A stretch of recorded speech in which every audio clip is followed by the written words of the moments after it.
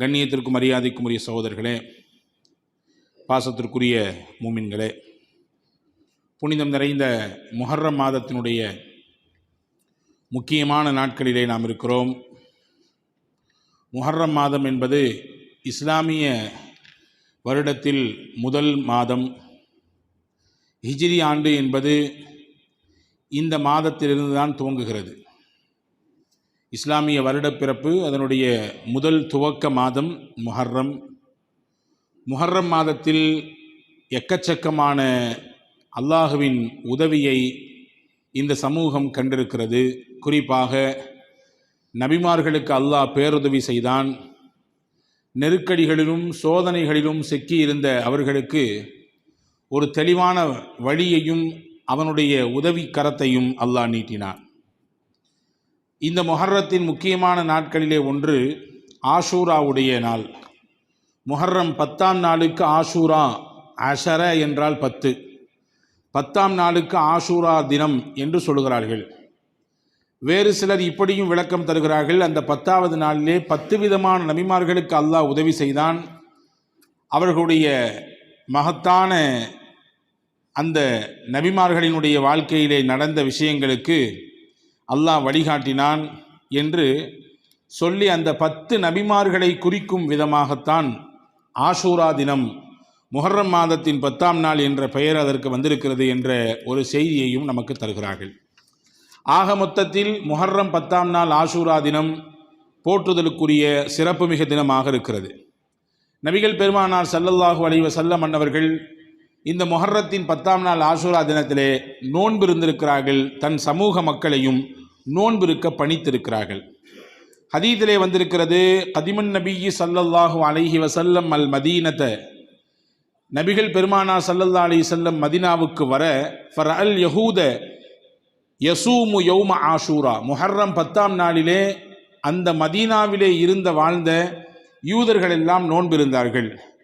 ரசூலுல்லாஹ் கேட்டாங்க, நீங்கள் ஏன்பா நோன்பு வச்சிருக்கீங்க இன்னைக்கு அப்படின்னு. அப்போ அந்த மக்கள் சொன்னார்கள், யௌமுன் சாலிஹுன் ஹாதா யௌமுன் நஜ்ஜல்லாஹு பனி இஸ்ராஈல மின் அதுவிஹிம், இது ஒரு நல்ல நாள். அல்லாஹ் பனு இஸ்ரவேலர்களை ஃபிரௌனிடத்திலிருந்து காப்பாற்றிய நாள். செங்கடலிலே ஃபிரௌனையும் அவனுடைய கூட்டத்தினர்களையும் மூழ்கடித்த நாள். அந்த கரையிலிருந்து பனு இஸ்ரவேலர்களை ஒதுங்க வைத்து அவர்களையும் அவர்களுக்கு வழிகாட்டியாக இருந்த மூசாவையும் அல்லாஹ் பாதுகாத்தான். எனவே ஃபசாம மூசா, மூசா அலைஹிஸ்ஸலாம் அல்லாஹ்விற்கு நன்றி செய்யும் பொருட்டு நோன்பு வைத்தார்கள். இப்போ ரசூலுல்லாஹ் அப்போ தான் சொன்னாங்க, ஃபஅன அஹக்கு பி மூசா மின்கும், உங்களை விட எனக்கு மூசாவுக்கு ரொம்ப உரிமை இருக்கிறது. ஏனென்றால் மூசா அலைஹிஸ்ஸலாம் எந்த ஜோதியிலிருந்து கிளம்பி வந்து இந்த உலகத்திற்கு வழிகாட்டினார்களோ அதே ஜோதியிலிருந்து வந்தவன் தான் நானும், அதே ஏகத்துவத்தை கொண்டு வந்தவன் தான் நானும், அதே நபிமார்களுடைய வரிசையிலே இறுதியாக வந்தவன் தான் நானும். எனவே உங்களை விட மூசாவிற்கு எனக்கும் நெருங்கிய தொடர்புண்டு என்று சொல்லி நோன்பு வைத்தார்கள். அமரபி சியாமிஹி, தன் மக்களையும் நோன்பு வைக்க சொன்னார்கள் என்ற ஒரு ஹதீஸ் பிரபலமான நபிமொழி. அன்பான சகோதரர்களே, இப்போ 10ஆம் நாளை கவனிக்கும் பொழுது அந்த நாளில் நோன்பு வைப்பது ஒரு சுன்னத்தான அமலாக இருக்கிறது என்பதை தாண்டி ஒரு நன்றி பெருக்கோடு அல்லாஹ்வை நினைத்து பார்க்கக்கூடிய ஒரு நாளாகவும் அதுவும் இருக்கிறது. எகிப்திலே இருக்கக்கூடிய செங்கடல், அந்த கடலை பிளந்து அல்லாஹ் 12 சாராராக பிரிவுகளாக இருந்த அந்த பனு இஸ்ரவேலர்களுக்கு வழிகாட்டினான். இதை பற்றி சூரா அல் பக்ராவிலே அல்லாஹ் சொல்கிறான். பாருங்கள் எவ்வளவு அற்புதமான வசனம் என்று பாருங்கள். வஇத் ஃபரக்னா பிகுமுல் பஹர் ஃபஅன்ஜைனாகும் வஅக்ரக்னா ஆல ஃபிர்அவுன் வஅன்தும் தன்துரூன். நபியை நீங்கள் நினைவு கூறுங்கள், உங்களுக்காக வேண்டி நாம் செங்கடலை பிளந்தோம். அதாவது உங்களுக்கு முன்னால் இருந்த மக்கள், மூசா அலைஹிஸ்ஸலாமோடு அவர்கள் கிளம்பி வந்தார்கள். ஃபிரௌன் என்ற அதிகார துஷ்பிரயோகம் செய்த, ஆணவத்திலும் அழிச்சாட்டியத்திலும் சர்வாதிகாரத்தினுடைய உச்சாணி கோம்பில் என்று ஆடிக்கொண்டிருந்த அந்த ஃபிரௌனிடத்திலிருந்து மூசா அவர்கள் தன் சமூக மக்களை காப்பாற்றி அழைத்து கொண்டு வரும் பொழுது இடையிலே செங்கடல் குறுக்கிட்டது. அந்த நேரத்தில் பின்னால் போனால் படை, முன்னால் போனால் நீர், என்ன செய்வதென்று தெரியாமல் நின்ற சமயத்திலே அந்த மக்களுக்கு மூசா வழிகாட்டினார்கள். இன்னமய ரப்பி சயஹ்தீன், நீங்கள் யாரும் கவலைப்பட தேவையில்லை, நீங்கள் யாரும் பதட்டமடைய தேவையில்லை. நாம் அவ்வளவுதான் என்று நம்முடைய கதி முடிந்து விட்டதோ என்று நீங்கள் நினைக்க வேண்டிய அவசியம் இல்லை. காரணம், என்னோடு என் ரப் இருக்கிறான், அவன் எனக்கு வழிகாட்டுவான். என்னோடு என் ரப் இருக்கிறான், அவன் எனக்கு வழிகாட்டுவான். கஷ்டங்களில், நெருக்கடிகளில், கடுமையான சோதனைகளில், வறுமையில் அல்லது வேறு விதமான மன அழுத்தத்தில் தவித்து கொண்டிருக்கக்கூடிய ஒவ்வொருவருடைய உள்ளங்களிலும் சொல்லிக்கொள்ள வேண்டிய வார்த்தை, ஆறுதல் மிக்க வார்த்தை, இன்னமாய ரப்பி சயஹ்தீன், என்னோடு என் ரப் இருக்கிறான், எனக்கு அவன் வழிகாட்டுவான். நான் இந்த சோதனையிலேயே முடிந்து போகக்கூடியவன் அல்ல, இந்த இழப்பிலேயே நான் காணாமல் போகக்கூடியவன் அல்ல, இந்த வறுமையிலேயே என் வாழ்க்கை முடிந்து போகக்கூடும் என்பது அல்ல, இந்த நோயிலேயே நான் நொம்பலத்திலேயே அழிந்து போகக்கூடியது என்பது அல்ல. காரணம், என்னோடு என் ரப் இருக்கிறான், அவன் எனக்கு வழிகாட்டுவான். ஹஜ்ரத் மூசா அலைஹிஸ்ஸலாமின் வாயிலிருந்து வந்த வார்த்தை அசாதாரணமான வார்த்தை, ஈமானிய வலிமை மிக்க வார்த்தை. இதே வார்த்தையை கொஞ்சம் வித்தியாசப்படுத்தி தான் முஹம்மது ரசூலுல்லாஹி ஸல்லல்லாஹு அலைஹி வஸல்லம் சௌர் குகையில் வைத்து சொன்னார்கள் ஹிஜ்ரத்தினுடைய பயணத்திலே, இன்னல்லாஹ மஅனா, கவலைப்பட வேண்டாம் அன்பு தோழரே, சுத்தி கூட்டம் இருக்கிறது, நம்முடைய தலைக்கு விலை வைத்து விட்டார்கள், 100 ஒட்டகம் கிடைத்தால் நம்மை கசாப்பு கடையில் இறைச்சியை கட் செய்வதை போன்று நம்மை துண்டு துண்டாக்கி விடுவார்கள். நம்முடைய இருப்பே கேள்விக்குறிதான். ஆனாலும் பயப்பட வேண்டாம், கவலைப்பட வேண்டாம், நம்மோடு அல்லாஹ் இருக்கிறான்.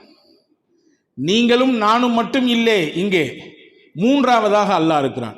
நீங்கள் பாருங்கள், நான் ஆரம்பத்தில் சொன்னேன், மூசா நபியும் முகமது நபியும் ஒரே ஜோதியிலிருந்து வந்தவர்கள், ஒரே ஏகத்துவத்தை உலகத்திற்கு சொல்ல வந்தவர், ஒரே அல்லாஹ்வினுடைய ரசூலாக உலகத்திற்கு அனுப்பப்பட்டவர்கள். இருவரின் நெருக்கடியான காலகட்டத்திலும் சொன்ன வார்த்தை ஒன்று.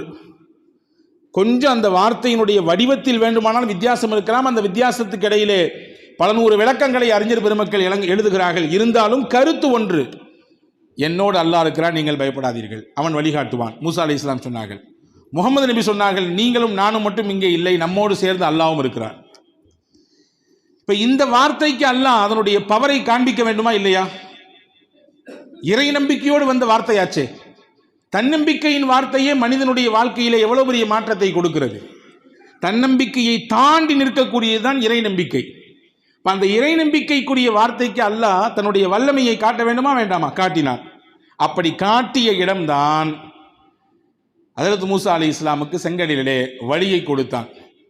தண்ணீர் பாதைகளாக பிரிந்தது, ஒரு பாதை அல்ல, 12 பாதைகளாக பிரிந்தது.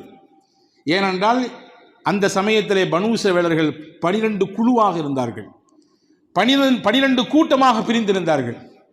ஒவ்வொருவரும் தனித்தனியாக பயணிப்பதற்கு பாதை. அது மட்டுமா, அங்கே அவர்கள் பயணித்து போனார்கள், கடல் வழிவிட்டது, சாதாரண தரையில் நடப்பதை போன்று நடந்து தண்ணீருக்குள்ளே நடந்தார்கள்.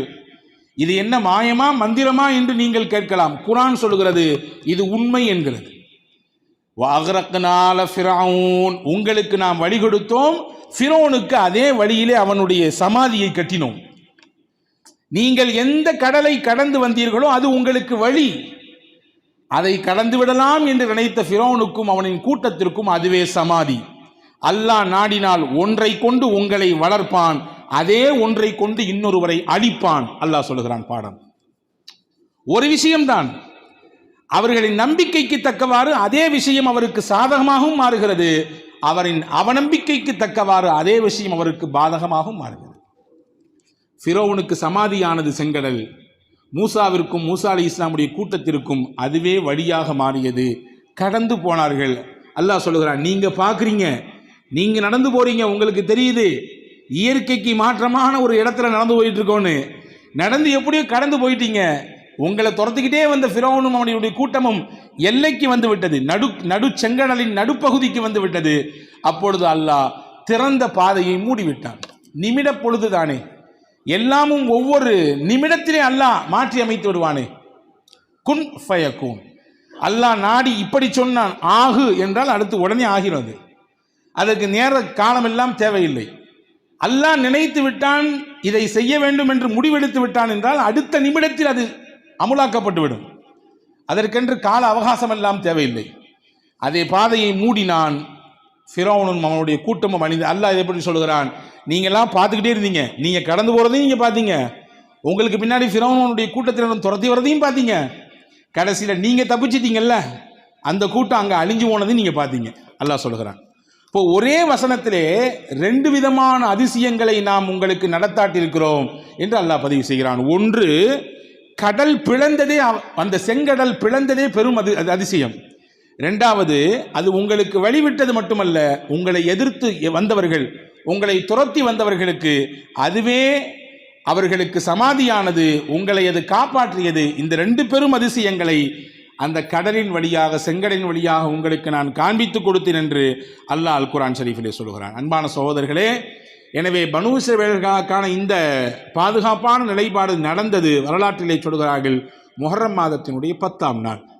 எனவேதான் நபிகள் பெருமானா ஸல்லல்லாஹு அலைஹி வஸல்லம் அவர்கள் மூசா அலைஹிஸ்ஸலாம் நோன்பிருந்தார்கள்.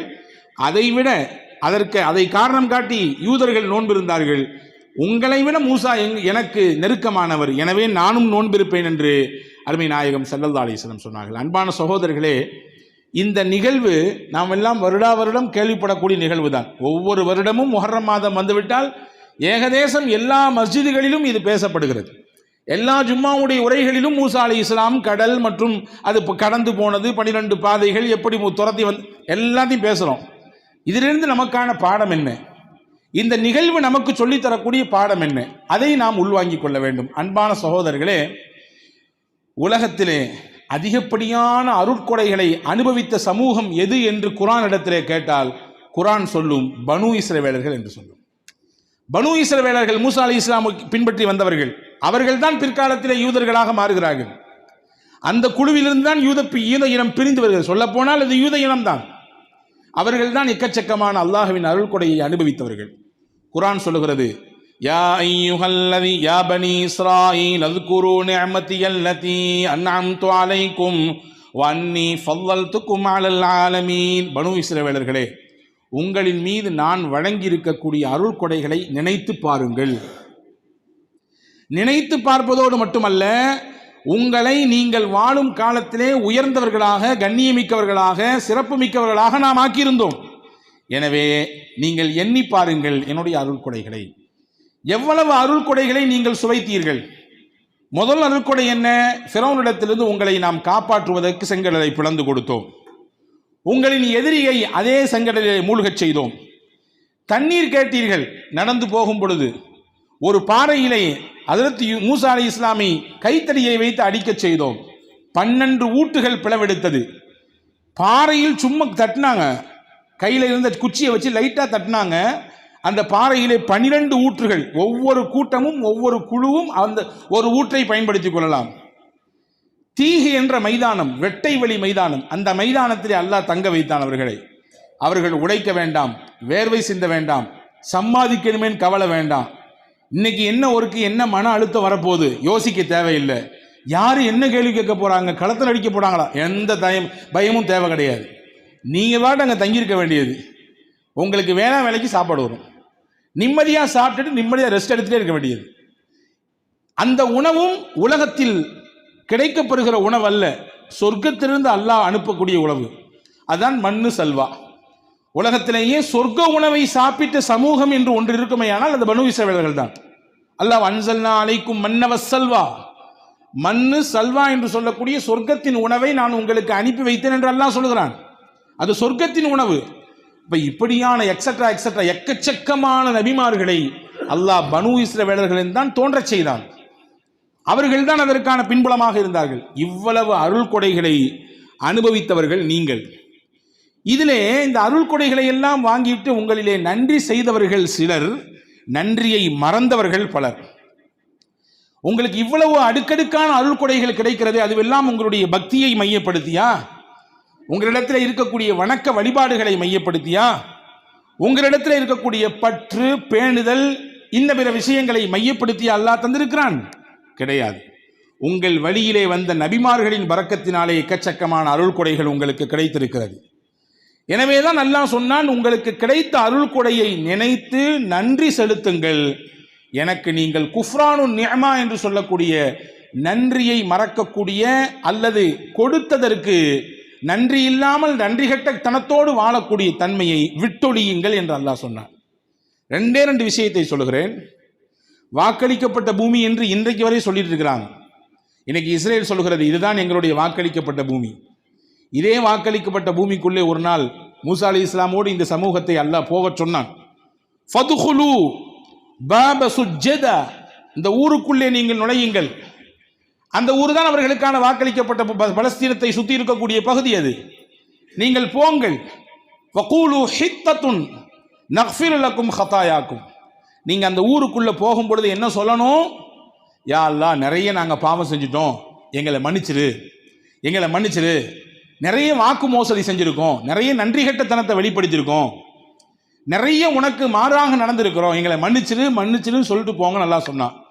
ஹித்தா அப்படின்னா என்ன அர்த்தம்? ஹித்தா, நாங்கள் செய்த பாவத்திற்கு உன்னிடத்தில் மன்னிப்பு கேட்கிறோம், நீ மன்னிப்பளிக்க வேண்டும் என்று பொருள். இந்த பயலுக என்ன செஞ்சாங்கன்னா அந்த ஹித்தா என்ற வார்த்தையிலே ஒரு நூனை எக்ஸ்ட்ரா சேர்த்துக்கிட்டாங்க. ஹிந்தா. ஹிந்தா என்றால் என்ன பொருள் என்றால், எங்களுக்கு கோதுமை வேணும், சாப்பாடு வேணும். அல்லாஹ் சொன்னா மன்னிப்பு கேட்டு ஊருக்கு போன்னு.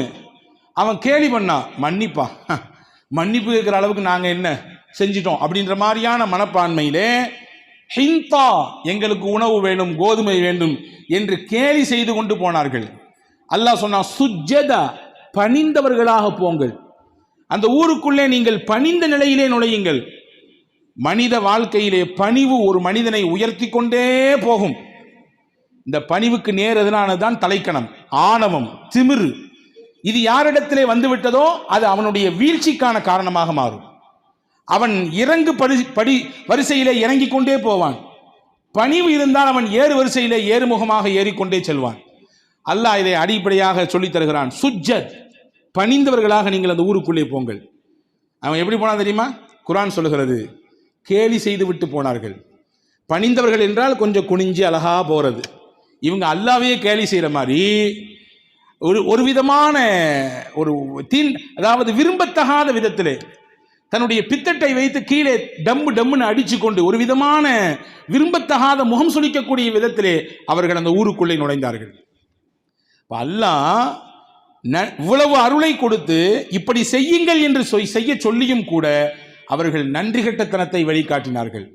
என்ன செஞ்சா தெரியுமா? அல்லாஹ் பொதுவாகவே மனிதர்களுக்கு அல்லாஹ் தரக்கூடிய நிஅமத்துகளை நினைத்து மனிதன் நன்றி செலுத்தினால் அல்லாஹ் அவருக்கு அதை கூட்டி கொடுப்பான், இன்னும் அதிகரிக்க செய்வான். அதை மறந்து ஆணவத்தோடும் செருக்கோடும் அவன் நடமாடுவானையானால் அல்லாஹ் தன்னுடைய வேதனையை காட்டுவான். அப்படி காட்டியதுதான் ரிஜிசன் என்று அல்லாஹ் சொல்கிறான். ஒரு விதமான நோயை அவர்களுக்கு ஏற்படுத்தினோம், காலரா நோய் தொட்டி கொண்டது. அதோடு அந்த கூட்டம் அழிந்து போனது. எப்படி நமக்கு வெள்ளிக்கிழமையும் அதே போன்று சனிக்கிழமை சிறப்புக்குரிய நாளாக அந்த சமூகத்திற்கு இருந்தது பனு இஸ்ரவேலர்களுக்கு. வெள்ளிக்கிழமை எப்படி நாம் ஜும்மா தொழுகைக்கு பள்ளிவாசல்களிலே ஒன்று கூடுகிறோமோ அதே போன்று அவர்கள் சனிக்கிழமையிலே சிறப்பு வழிபாடுகளுக்கு ஒன்று கூட வேண்டும். கூடுதலாக அவர்களுக்கு அல்லாஹ் விதித்த விஷயம், நீங்கள் அந்த சனிக்கிழமை மட்டும் கடலிலே போய் மீன் பிடிக்க வேண்டாம், அது எனக்குரிய நாள், என்னிடத்தில் நீங்கள் வந்து விடுங்கள். கடலிலே மீனை வரச் செய்வதும் வராமல் தடுப்பதும் நீங்கள் வலை வீசுவதோ அல்லது நீங்கள் திட்டமிடுவதோ அல்ல, என்னுடைய தந்திரம், என்னுடைய ஆற்றல் இருக்குது, அதை மறந்துடாதீங்க. எனவே நீங்கள் சனிக்கிழமை என்கிட்ட வாங்க, சனிக்கிழமை போனால் என்ன கிடைக்குமோ அதை விட 2 மடங்கு ஞாயிற்றுக்கிழமை உங்களுக்கு கொடுப்பேன் என்பதுதான் அல்லாஹ்வுடைய திட்டம். சொன்னதை சில பேர் கேட்டார்கள். பொதுவாகவே சொல்வதை சில பேர் தான் கேட்பார்கள். பல பேர் காதில் வாங்கி வேறொரு காதில் விட்டு விட்டு போய்கொண்டே இருப்பார்கள், இயல்பை பார்ப்பார்கள். அப்படியாக சில பேர் கேட்டார்கள், வேறு சில பேர் இப்படி தந்திரம் பண்ணாங்க. சரி, சனிக்கிழமை பிடிக்கூடாது தான், வெள்ளிக்கிழமை போய் வலை விரிச்சிருவோமே, வெள்ளிக்கிழமை ராத்திரியும் ஃபுல்லாத்தையும் வலை விரிச்சு வச்சிருவோம், சனிக்கிழமை பிடிக்க வேண்டாம், அதை விட்டு ஞாயிற்றுக்கிழமை காலையில் பிடிப்போம். இதுவும் கூட ஒரு வகையிலே சனிக்கிழமை பிடிப்பதற்கான திட்டம் தானே. இப்படி செய்தார்கள். அல்லாஹ் சொன்னான், கூனு கிரத்தன் ஹாசியின், என்னுடைய அருளை நீங்கள் சுவைக்கிறீர்கள், சொர்க்கத்தின் உணவை சாப்பிடுகிறீர்கள், உங்கள் பொழுதுபோக்குக்காக வேண்டி மீன் பிடிக்கக்கூடிய பழக்கம் உங்களிடத்தில் இருக்கிறது, அதை ஒரு நாள் கூட எனக்காக விடுங்கள் என்று சொன்னால் விட மறுக்கிறீர்கள் என்றால், இவ்வளவு அருளையும் வாங்கிவிட்டு சில்மிசத்தையும் செய்து கொண்டு திமிருத்தனத்தையும் ஆணவத்தையும் நீங்கள் காட்டுகிறீர்கள் என்றால், உங்களுக்கு அருள் கொடைக்கு நன்றி செய்கிற மனப்பான்மை மாறி ஆணவமும் அகம்பாவமும் தலை தூக்கிவிட்டது, இனிமேல் நீங்கள் இருக்குவதற்கு தகுதி இல்லை, மாறிப்போங்கள் குரங்குகளாக என்று அல்லாஹ் சொன்னார். கூனு கிரத்தன் ஹாசியின், மனிதன் குரங்கிலிருந்து வந்தானா, குரங்கிலிருந்து மனிதன் வந்தானா, அல்லது மனிதனிலிருந்து குரங்கு வந்தா என்கின்ற பெரிய சர்ச்சை போய் கொண்டிருந்தது பல ஆண்டுகளாக. குர்ஆன் சொல்லுகிறது மனிதனிலிருந்து தான் குரங்கு வந்தான், மனிதன் தான் ஆரம்பம், பனு இஸ்ரவேலர்கள் தான் மனித ரூபத்திலிருந்து குரங்குகளாக மாற்றப்பட்டார்கள் என்று குர்ஆன் சொல்கிறது. அப்போ நன்றியோடு வாழ வேண்டும் என்பதை இந்த 10வது நாள் ஆஷூரா தினம், முஹர்ரம் மாதத்தினுடைய தினம் நமக்கு காண்பித்துக் கொடுக்கிறது. நம்மிடத்திலே தகுதி இருக்கலாம், கல்வி இருக்கலாம், செல்வம் இருக்கலாம், நமக்கென்று ஒரு செல்வாக்கு இருக்கலாம், அந்தஸ்து இருக்கலாம், நிம்மதிகள் இருக்கலாம், குழந்தை செல்வங்கள் இருக்கலாம். இதுவெல்லாம் என்னால் கிடைத்தது, என்னுடைய தனித்திறமை, என்னுடைய ஆளுமை, அல்லது என்னுடைய முன்னோர்கள், என் குடும்பத்துக்காரர்கள் எனக்கு கொடுத்தது என்கின்ற அகம்பாவமும் ஆணவமும் ஒருவனுக்கு வந்துவிடக் கூடாது என்று குர்ஆன் எச்சரிக்கை செய்கிறது. சுலைமான் நபி உலகத்தில் வாழ்ந்த அதி அற்புதமான நபிமார்களின் பட்டியலிலே மிக முக்கியமானவர்கள். சுலைமான் நபிக்கு அல்லாஹ் என்னவெல்லாம் கொடுத்தான்? நீங்கள் குர்ஆனை திருப்பி சுலைமான் நபியினுடைய வரலாற்றை படித்தீர்கள் என்றால், சாலமன் என்று யாரை சொல்கிறார்களோ அவர்கள்தான் சுலைமான். அல்லாஹ் சொல்கிறான் மன்திகத் தைர், பறவைகளின் மொழியை, பாஷையை அல்லாஹ் கற்றுக் கொடுத்தான். சஹர்னா லஹு ரீஹ தஜிர், வீசி அடிக்கக்கூடிய காற்றை வசப்படுத்துகிற ஆற்றலை ஹஜ்ரத் சுலைமான் நபிக்கு அல்லாஹ் கொடுத்திருந்தான். எங்க கை காட்டுறாங்களோ அந்த திசையை நோக்கி காத்து போகும், எங்க காத்தை தடுக்கிறார்களோ அந்த திசையிலே காற்று நிற்கும். காற்றின் வசப்பாட்டை அல்லாஹ் சுலைமான் நபிக்கு கையில் கொடுத்திருந்தான். ஜின்களோடு உரையாடுவதற்கும் ஜின்களை தன்னுடைய வேலைகளுக்கு பயன்படுத்திக் கொள்வதற்குமான ஆற்றலை அல்லாஹ் கொடுத்திருந்தான். எல்லாவற்றுக்கும் மேலாக உலகையே ஆளுகிற அந்த ஆளுமையை ஹஜ்ரத் சுலைமான் அலைஹிஸ்ஸலாமுக்கு அல்லாஹ் கொடுத்தான். ரப்பி ஹபனி ரப்பி ஃபிர்னி வஹபனி முல்கல்லா யம்பகி லி அஹதின் மின் பாதி, அல் குர்ஆன் சொல்கிறது. ஹஜ்ரத் சுலைமான் அலைஹிஸ்ஸலாம் அல்லாஹ்விடத்தில் எப்படி கேட்டார்கள்? இந்த பொறுப்பைத்தான் அந்த பொறுப்பைத்தான் கேட்கல. யா அல்லாஹ், எனக்கு நீ ஒரு பதவியை தரணும், இதுக்கு பின்னாடி உலகத்தில் யாருக்குமே கொடுத்துடக்கூடாது, அப்படியான பதவியை கொடு, உலகத்தின் ஆளுமையை கொடு என்று கேட்டார்கள். உலகத்தை ஆண்டார்கள் சுலைமான் நபி. இவ்வளவும் கிடைத்தது. இன்னைக்கு ஏதாவது 4 பாஷை எக்ஸ்ட்ரா தெரிஞ்சுதான் நம்ம காலை தூக்கிறோமே, எங்காவது நமக்கு கூடுதல் மரியாதை கிடைத்து விட்டால் நமக்கு ஒரு விதமான ஒரு உள்ளே உஜுபு என்று சொல்லக்கூடிய தற்பெருமை ஏறி விடுகிறதே இல்லையா? பறவைகளின் பாஷை, காற்று வீசுகிற அந்த கண்ட்ரோலை ஹஜ்ரத் சுலைமான் நபி கொடுத்திருந்தான். இப்படி உலகத்தை ஆளுகிற ஆற்றலை கொடுத்த சுலைமான் நபி அல்லாஹ்ட்ட என்ன சொன்னாங்க? நம்ம எல்லாரும் கேட்க வேண்டிய ஒரு பாடம். ஹஜ்ரத் சுலைமான் அலைஹிஸ்ஸலாம் 3 விஷயத்தை அல்லாஹ்ட்ட சொன்னாங்க. இதுதான் பணிவின் வெளிப்பாடு. எவ்வளவுதான் இருந்தாலும் நான் என் ரப்புக்கு முன்னால் அடிமை, எவ்வளவுதான் எனக்கு ஆட்சி இருந்தாலும், எவ்வளவுதான் எனக்கு அதிகாரம் இருந்தாலும், எவ்வளவுதான் என்னிடத்திலே செல்வம் இருந்தாலும், எவ்வளவுதான் என்னிடத்திலே திறமைகள் இருந்தாலும், கல்வி ஆற்றல் இருந்தாலும், என்னை படைத்தவனுக்கு முன்பு நான் அடிமை. அதை நான் ஒரு காலமும் மறக்க மாட்டேன், அதை மறந்து நான் தலக்கணத்தோடு ஆட மாட்டேன் என்கின்ற பக்குவத்தை சுலைமான் நபி கற்றுத்தராங்க. உலகத்தை ஆளுகிற ஆற்றல், பல பாஷைகள் தெரிந்தவர்கள், உயிரினங்களோடு பேசுகிற ஆற்றல், காற்றை தன் கண்ட்ரோலில் வைத்துக் கொள்ளுகிற ஆற்றல், ஜின்களை கூப்பிட்டால் ஓடி வரும் ஜின்கள், ஜின்கள் இவர்கள் சொல்வதை கேட்கும். அது சுலைமான் அலைஹிஸ்ஸலாம் சொன்னாங்க, ரப்பி அவுஸிஅனி அன் அஷ்குர நிஅமத்தக அல்லதி அன்அம்த அலை. முதல்ல கேட்டது அல்லாஹ், யா அல்லாஹ், நீ எனக்கு கொடுத்ததுக்கெல்லாம் உனக்கு நன்றி செய்கிற வாய்ப்பை கொடு. ஒன்று முதல்ல கேட்டது, நீ எனக்கு கொடுத்ததுக்கெல்லாம் நன்றி செய்கிற வாய்ப்பை கொடு. 2வது கேட்டாங்க, வஅன் அமல சாலிஹன் தர்லா, நீ எப்படி செஞ்சா பொருந்துக்குவியோ அந்த மாதிரி நல்லமல் செய்கிற வாய்ப்பை கொடு. சும்மா நல்லமல் செய்யணும்னு கேட்கல அல்லாஹ். அல்லாஹ்ட்ட நான் ஏதாவது நல்லமல் செஞ்சுட்டே இருக்கணும், ஏதாவது தொழுதுட்டே இருக்கணும், நீ எப்படி செஞ்சா அதை ஏத்துக்குவியோ, அக்செப்ட், அந்த மாதிரியான நல்ல அமல்களை செய்கிற வாய்ப்பை கொடு. 3வது கேட்டாங்க, வாதுகில்னி பிரஹ்மதிக ஃபீ இபாதிகஸ் ஸாலிஹீன், உன் அருளால் உன் நல்லோர்கள் யாரோ அவர்களோடு என்னை சேரு. உன் அருளை கொண்டு உன் நல்லோர்கள் யாரோ அவர்களோடு என்னை சேரு என்று இந்த 3 முக்கிய கோரிக்கையை அல்லாஹ்விடத்தில் வைத்தார்கள். அவ்வளவு அருளை அனுபவித்த சுலைமான் அலைஹிஸ்ஸலாம் அல்லாஹ்விடத்தில் முதலாவதாக வேண்டியது, நீ கொடுத்ததற்கே நன்றி சொல்ல முடியவில்லை இன்னும் என்று ஈயம் ஹனீஃபா சொன்னாரே, அதே போன்று அல்லாஹ்விடத்தில் கேட்கிறார்கள், யா அல்லாஹ், உனக்கு நன்றி செய்யணும், நீ எவ்வளவு கொடுத்திருக்கிற, அதுக்கு நன்றி செய்கிற வாய்ப்பை கொடுன்னு கேட்டாங்க. நம்ம எல்லாரும் ஏதாவது ஒரு புது வாகனம் வாங்கினால், புது இல்லம் கட்டினால், புதுமையாக ஏதாவது ஒன்று செய்தால் நாம் ஒன்றை பொறிப்போம். ஞாபகம் இருக்கிறதா? ஹாதா மின் ஃபض்லி ரப்பி, ஹாதா மின் ஃபض்லி ரப்பி, என்ன பொருள்? இது என் ரட்சகன் எனக்கு கொடுத்த அருள் கொடை. நம்ம தெரிஞ்சு போட்டிருக்கோமோ அல்லது தெரியாமல் போட்டிருக்கோமோ, உள்ளபடியே உள்வாங்கி அதை போட்டிருக்கோமோ, அல்லது எல்லாரும் போடுறாங்களே அவர்களுடைய எண்ணத்துக்கு தக்கவாறு அதை விட்டு விடுவோம். நாம் அதை குறை கூற வேண்டாம். இதை யார் சொன்னது முதலிலே? இந்த வார்த்தையை முதலில் உலகத்தில் சொன்னது யார்? அதாவது சுலைமான் அலைஹிஸ்ஸலாம் சொன்னாங்க. சுலைமான் அலைஹிஸ்ஸலாம் சொன்ன வார்த்தை ஹாதா மின் ஃபض்லி ரப்பி. எங்கேயோ தூர தேசத்தில் இருக்கக்கூடிய சபா நாட்டின் இளவரசியின் சிம்மாசனத்தை எடுத்து வர வேண்டும். கண் இமைக்கும் நேரத்தில் தூக்கி கொண்டு வந்தார். சுலைமான் நபியினுடைய அவையிலே இருந்த ஒரு கல்வியாளர், ஒரு ஆற்றல் மிக்க கல்வியாளர், கண் இமைக்கும் நேரத்தில் தூக்கி கொண்டு வந்தார். குர்ஆனின் வசனம் இது, சூரத்து நம்ல் சொல்லுகிறது. இப்படியான ஆட்கள்லாம் என் கூட்டத்தில் இருக்காங்களா? இவ்வளவு ஆளுமை மிக்க துவா கபூலியத்தாக கூடிய கையை தூக்குனார். அவரு எப்படி கிடைச்சது? கண் மூடி திறக்கும் முன்னால் பல்லாயிரம் கிலோமீட்டர்களுக்கு அப்பால் இருக்கக்கூடிய சபா நாட்டின் இளவரசியின் சிம்மாசனம் ஹஜ்ரத் சுலைமான் அலைஹிஸ்ஸலாமுக்கு அவையில் உட்கார்ந்து இருக்கு, நிக்குது, கொண்டு வச்சிச்சு. எப்படி? அறிவு ஏற்றுக்கொள்ள மாட்டேங்குது.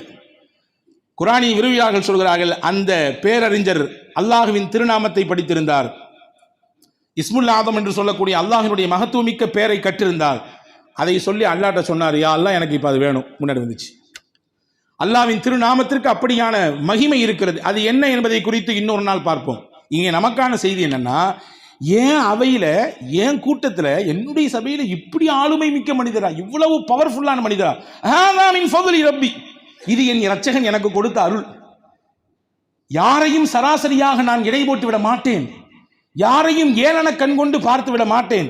யாருடைய தகுதியையும் தராதரத்தையும் அவர் செய்யக்கூடிய விஷயத்தை வைத்து தீர்மானிக்க மாட்டேன். பார்ப்பதற்கு சாதா சீதாவா இருக்காரு, ஆனா எவ்வளவு பெரிய ஆற்றல் இருக்குல்ல. ஹாதா மின் ஃபض்லி ரப்பி, இது என் ரப்பு எனக்கு கொடுத்த அருள். லியப்லுவனி, அது அடுத்த விஷயம் தான், முக்கியமான விஷயம். அஷ்குர் அம் அக்ஃபுர், என் ரப்பு என்னை சோதிக்கிறான், நான் இதுக்கெல்லாம் நன்றி செலுத்துறேனா அல்லது நன்றி மறக்கிறேனான்னு சோதிக்கிறேன், அவ்வளவுதான். எனவே அன்பான சகோதரர்களே, ஆஷூராவுடைய தினத்திலே நாம் கற்றுக்கொள்ள வேண்டிய முக்கிய பாடம் இதுதான். எத்தனையோ விதமான அல்லாஹ்வின் பேரருளை நாம் நிமிட பொழுது அனுபவித்துக் கொண்டே இருக்கிறோம். ரப்பு அதற்கான கூலியை நம்மிடத்திலே கேட்கவில்லை. ரப்பு அதற்கான தொகையை நம்மிடத்திலே கேட்கவில்லை. அதற்கான பிரதி உபகாரத்தை நம்மிடத்திலிருந்து எதிர்பார்க்கவில்லை. பிரதி உபகாரத்தை எதிர்பார்த்தால் என்ன ஆகும்? ஒரு நாளைக்கு எத்தனை முறை துடிக்கிறது நம்முடைய உள்ளத்தின் இதயம்? நம்முடைய இரத்த நாளங்களில் இரத்தங்கள் எப்படி சீராக ஓடிக்கொண்டே இருக்கிறது? அந்த இரத்தங்கள் எப்படி சுத்திகரிக்கப்பட்டு கொண்டே இருக்கிறது என்றாவது யோசித்திருக்கிறோமா? இது எல்லாத்தையும் கொடுத்துட்டு அல்லாஹ் என்ன சொல்றான்? இது மட்டும் இல்லை, எக்ஸட்ரா எக்ஸட்ரா, நீங்க அனுபவிக்கிற எல்லா நியாமத்து எனக்கு நன்றி செலுத்த, அவ்வளவுதான். நல்லா இருக்கீங்களா? அல்ஹம்துலில்லாஹ். எப்படி போய்கிட்டு இருக்கு? அல்ஹம்துலில்லாஹ். என்னைய ரப்பு நல்லா வச்சிருக்கான்.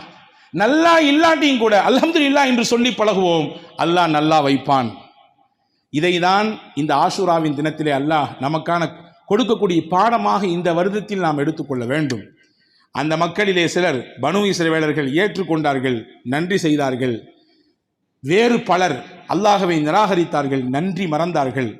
எனவே நேரடியான அருளையும் பார்த்ததற்கு பிறகும் அவர்கள் நன்றி மறந்ததினாலே அல்லாஹ் சோதித்தான், வேதனைகளை கொடுத்தான். அல்லாஹ் காப்பாற்றியதற்கு நன்றி செய்யும் பொருட்டு மூசா அலைஹிஸ்ஸலாம் நோன்பிருந்தார்கள். அதை பின்பற்றி ஹஜ்ரத் முஹம்மது ஸல்லல்லாஹு அலைஹி வஸல்லம் அந்த 10வது நாள் நோன்பிருந்தார்கள். கூடுதலாக சேர்த்துக்கிட்டாங்க, ஒரு நாள் மட்டும் நோன்பு வைக்காதீங்க, முன்னாடி ஒரு நாள் சேர்த்துக்குங்க அல்லது பின்னாடி ஒரு நாள் சேர்த்துக்குங்க. ஏன்னா யூதர்களின் செயல்பாட்டுக்கு நாம் மாற்றம் செய்ய வேண்டும். அவர்களுக்கு நாம் ஒரு காலம் ஒத்துப்போகக்கூடாது. அவர்கள் ஒரு நாள் நோன்பு வைத்தால் நீங்கள் 9-10 சேர்த்து வையுங்கள், அல்லது 10ஓடு சேர்த்து 11 சேர்த்துக் கொள்ளுங்கள் என்று பெருமானார் ஸல்லல்லாஹு அலைஹி வஸல்லம் அவர்கள் அழகாக வழிகாட்டினார்கள். அப்படியான சிறப்புமிக்க நாள் இந்த முஹர்ரம் மாதத்திலே அல்லாஹ்வின் பேரருளால் நம்மை நெருங்கிவிட்டது. இன்றைக்கு நாம் 8வது பிறையில் இருக்கிறோம். நாளை பிறை 9, நாளை மறுநாள் பிறை 10. நாளை 9வது நோன்பு, நாளை மறுநாள் 10ஆம் நாள், அதாவது முஹர்ரத்தின் 10ஆம் நாள் ஞாயிற்றுக்கிழமை.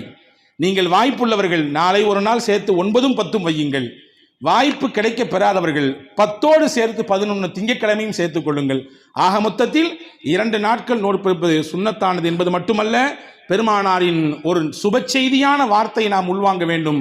அஹ்தஸிபு அலல்லாஹி ஐ யுகஃபிர ஸனத்தல்லதி கப்ல, இந்த நோன்பு ஒரு வருடத்திற்கான பரிகாரம். நாங்கள் சொல்லலாம், இதுக்கு முன்னாடி ஒரு வருஷத்துல என்ன பாவம்லாம் போச்சோ எல்லாத்துக்குமான பரிகாரமாக இந்த ஒரு நோன்பு இருக்கும் என்று பெருமானா ஸல்லல்லாஹு அலைஹி வஸல்லம் சொன்னார்கள். வல்ல அல்லாஹ் நோர்க்கிற நசீபையும் இந்த நாளினுடைய பரக்கத்தான அல்லாஹ்வின் பேருதவியை பெறக்கூடிய நசீபையும் அல்லாஹ் உங்களுக்கும் எனக்கும் தருவதோடு, மூசா அலைஹிஸ்ஸலாமுக்கு என்ன திடமான ஈமானை தந்தானோ எல்லா சந்தர்ப்பங்களிலும் சூழ்நிலைகளிலும் நெருக்கடிகளிலும் சோதனைகளிலும் ஆபத்துகளிலும் நிம்மதியின்மையிலும் அல்லாஹ் நம்மோடு இருக்கிறான் என்கின்ற வைராக்கியத்தையும் ஈமானிய நெஞ்சுரத்தையும் அல்லாஹ் கொடுத்தானோ அதே ஈமானிய நெஞ்சுரத்தை அதை பெற்று உலகத்திலே சிறப்புமிக்க வாழ்க்கை வாழ்வதற்கு அல்லாஹ் உங்களுக்கும் எனக்கும் எல்லா மக்களுக்கும் அல்லாஹ் தௌஃபீக் செய்வானாக.